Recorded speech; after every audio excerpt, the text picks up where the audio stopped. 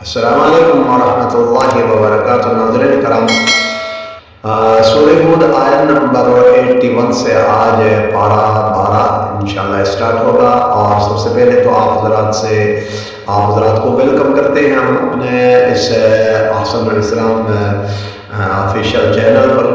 और गुजारिश है कि जो जिन्होंने हमारे इस चैनल को सब्सक्राइब नहीं किया है, आप सबसे पहले तो हमारे जो है ना चैनल को सब्सक्राइब कर लें, ताकि हमारे वीडियोस वगैरह जितने भी हमारे ब्लॉग्स वगैरह और इसी तरीके से अच्छी खबरें और दुआएं और इसके बाद इसके साथ साथ जनाब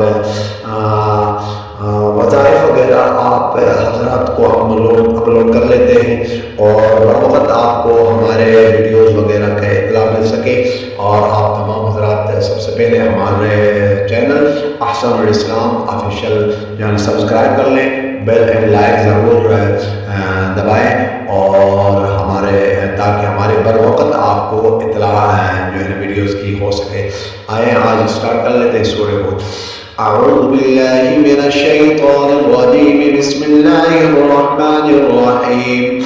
फलम्मा जाअ अमरुना जअलना आलियहा साफिलहा व अमतरना अलैहा हिजारतम मिन सिज्जीलिन मंदूद मुसव्वमतन इंद रब्बिका वमा हिया मिनज़-ज़ालिमीन बिबईद।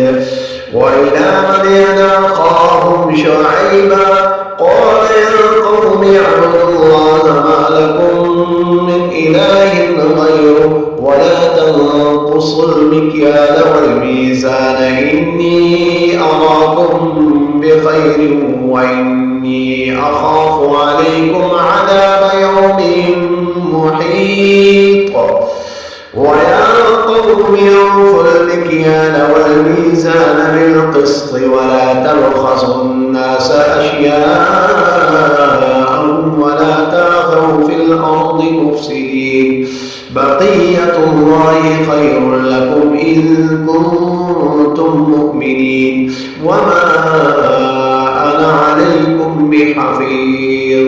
قالوا يا شعيب وصلاتك تأمرك أن نترك ما يعبد آباؤنا أو أن نفعل في أموالنا ما نشاء إنك أنت الحليم الرشيد. قال يا قوم أرأيتم إن كنت على بينة من ربي ورزقني منه رزقا حسنا وما أريد أن أخالفكم إلى ما أنهاكم عنه إن أريد إلا الإصلاح ما استطعت وما توفيقي إلا بالله عليه توكلت وإليه أنيب। आयत नंबर 88 तक मुकम्मल हो गया। नेक्स्ट वीडियो में मुलाकात होगी। वस्सलामु अलैकुम वरहमतुल्लाहि वबरकातुहू।